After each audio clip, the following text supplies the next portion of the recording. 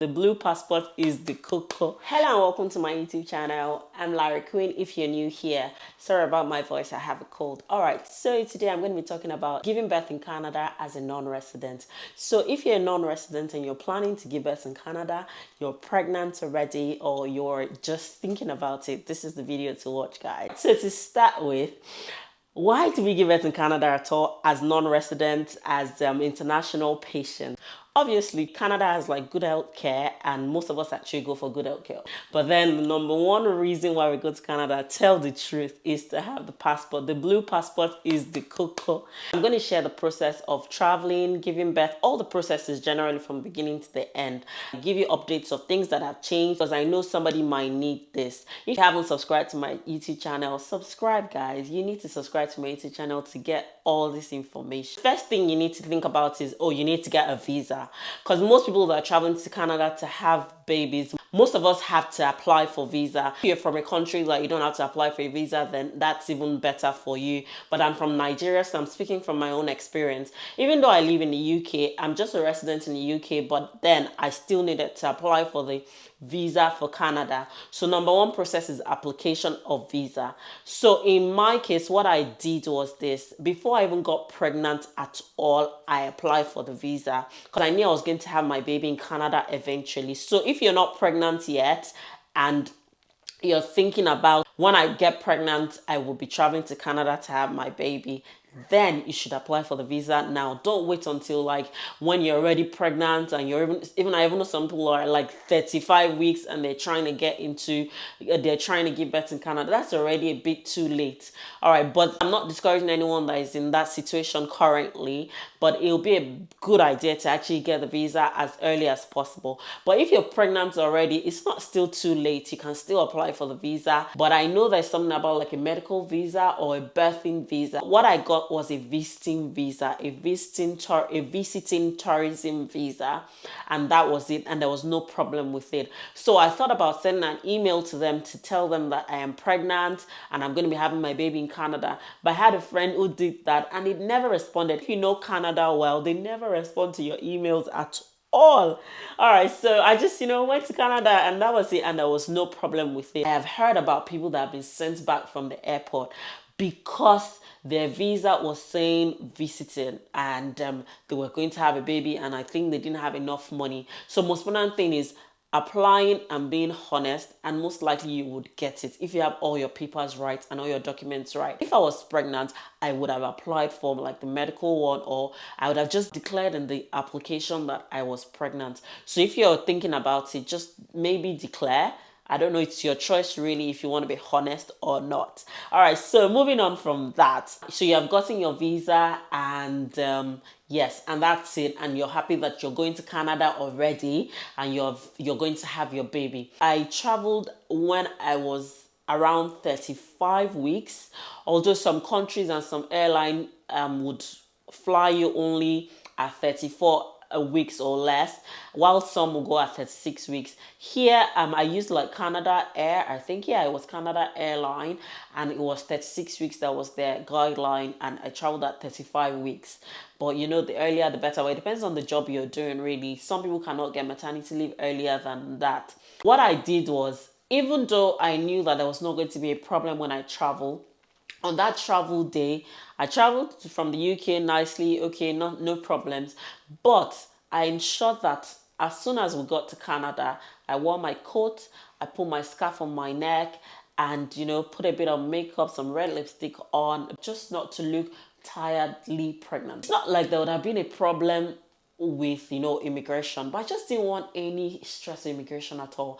I didn't want them asking me, oh, so you're pregnant, you're coming to have a baby, can you show me like can you give me like evidence of payment and all that? I didn't want any stress at all. I really can't say if it helped or not. So if you have like a small tummy already, or you're not even looking so pregnant, it's a good opportunity for you. Just go like nothing, because you don't want to be answering too many questions. Those guys can waste your time.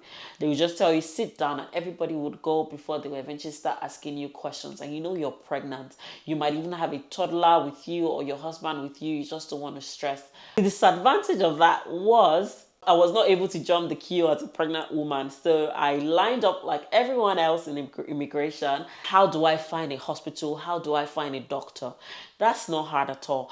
I was really worried at that point. I was sleeping on Ireland every day trying to find like which doctor, going on websites, getting information. There might be doctors list, mostly there's like a doctors list on the websites, but it doesn't still give you like full information. I got their numbers and everything. Most of them I called them and then they were saying you have to be in Canada physically. So if you don't have a doctor or you don't have a hospital and you're still in your country, if you're coming from like Nigeria or anywhere you're coming from, don't worry about it at all. You actually don't even need to have a hospital if you're in your country until you get to Canada.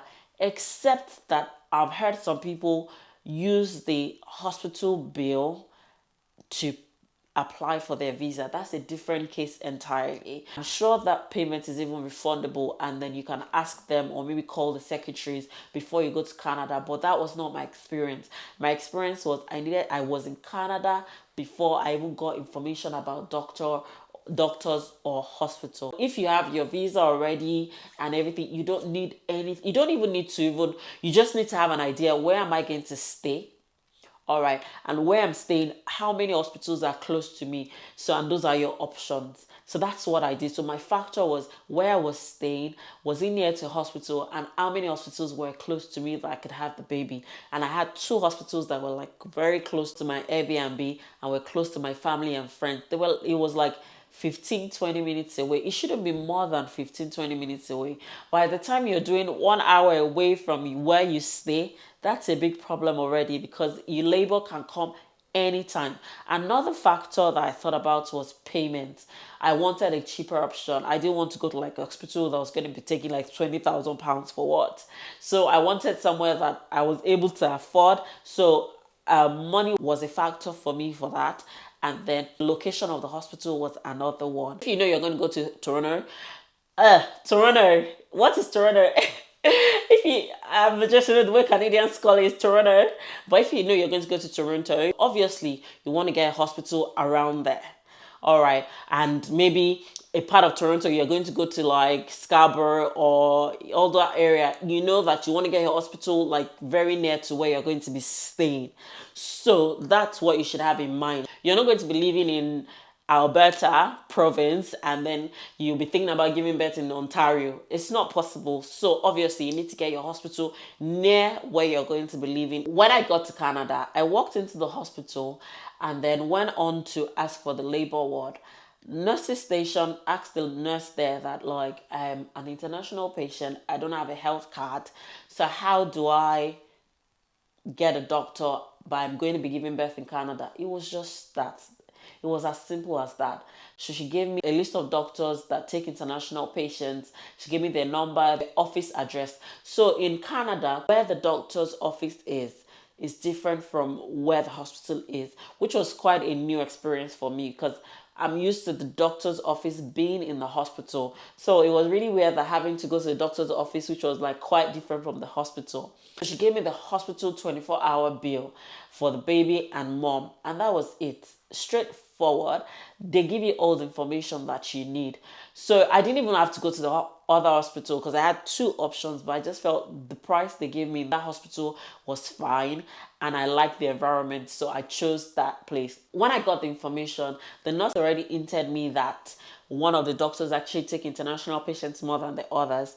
So, and that was the person I had in mind. I'm not going to share the name. If you need specific information, I will be dropping my email address and my Instagram handle. You can send a DM to me or personally send me an email and I will give you personal information. Next I went on to do was call the doctor's office and got an appointment. On that visit, he examined me. He also gave me his bill, which covered cesarean section and normal delivery. I priced him a little bit because I knew I was going to have normal vaginal delivery, and he told me that most likely it's going to be a vaginal delivery, so why is he collecting money for cesarean section? He reduced the money a little bit for me, but guys, don't price your healthcare. Please don't price your healthcare. All right, don't be like me. Okay. It gave me like request forms for blood, scans, and some vaginal swabs that they do in Canada. Remember, I'm coming from the UK, so I had all that test and everything done already, but it wanted like fresh ones, which I agreed to. So it took all those forms, paid for that appointment, that first appointment. You have to pay for every appointment that you go to see the doctor, apart from his normal bill for the delivery. So I paid for that, but it was a small amount of money. I'll be making another video to tell you guys about the bills and everything I paid for. Give me another appointment again, and at that point he knew that there was going to be like results and everything, so for him to examine me again and to review the result. Next thing was delivery. The delivery is really hard to tell like when you're going to deliver a baby, obviously, but I already asked them in the hospital, like, so if I fall into labor, what should I do? And they said, just come to hospital or call us on phone. Delivery day, I just went to the hospital. You first go into triage, so they'll triage you and check, you know, how many centimeters you are, if you need to be admitted in a hospital. If you're not a first timer and there is no risk in your pregnancy, it's good not to go too early. So you're just feeling a little amount of pain, you just go to hospital, pump. You're going to be spending your money and they're going to be charging you. So I waited until I was like proper labor. This is a bad advice. Bad advice. But I waited until I was in proper labor before showing up in the hospital. Yeah. So I showed up in the hospital, they took me immediately in and checked me and said, oh, you're in labor truly, you're 4 cm. So they triage you first before they take you to the delivery room. So you don't go to the delivery room yet. All right. So went into triage, waited for the doctors. So that you paid is not the same doctor that might deliver you, because what are the odds that doctor that you paid, your own doctor, is going to be on call on that day? So the guy might not be the one on call, but you have to, you know, they still deliver. So I think there's like an arrangement between the doctors that if my patient comes, you have to take the patient and I will pay you some amount of money. That's my own belief. Because there's no way you can eventually, okay, so I'm going to go see Dr. Wise. I have paid Dr. Wise, who is my doctor, then I fall into labor, they call Dr. Wise to deliver you if it's like 5 a.m. in the morning or 3 a.m. in the morning. It's not possible. I had not paid the doctor, I had not paid the hospital, and everything was fine because they knew that you can't leave hospital without paying, obviously. So, but they'll take you in. So even if you don't have a doctor or you don't have a hospital, whatever it is, and you show up in Canada and you say you're in labor, they're going to take you in because you're like an emergency.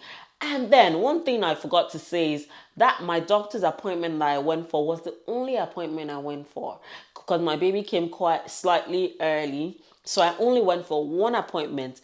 All the scans and all the bloods and everything he told me to do, I did not get to do it, because at the time I planned to do the test, baby came. So baby came right before I even had the chance to do the test, blood test. But everything was fine. So it depends. So even if without test and all, if everything is looking okay, there won't be any problems. Okay. So I got into the delivery room, wanted a epidural. So the anesthetist came in and did the epidural, but I had to pay the anesthetist differently from the doctor's bill. So the doctor took his own money and then the anesthetist charged me differently. It was like a quite different amount of money. And that was the first time I was seeing the anesthetist. I'd never seen him before. They only asked me about like pre-anesthetic questions and that was it. I know in some countries, in Canada, they call it anesthesiologist. So anesthesiologist, anesthetist, whichever one you like. So I paid the anesthetist. I was moved to the postnatal ward, and then the pediatrician came afterwards, saw the baby, and then my real doctor, that was actually my own doctor that was going to pay, came to the hospital to see me the next day. And that was it. That was the process of getting a visa, traveling to Canada, obtaining a hospital and a doctor, and delivering in Canada. All right, guys, I don't want this video to be too long. So in my next video, I'm going to be telling you guys about obtaining the Canadian passport for your baby, because that's the real reason why we travel to Canada. Thank you so much, guys, for watching. If you haven't subscribed, please subscribe to my YouTube channel. Mwah.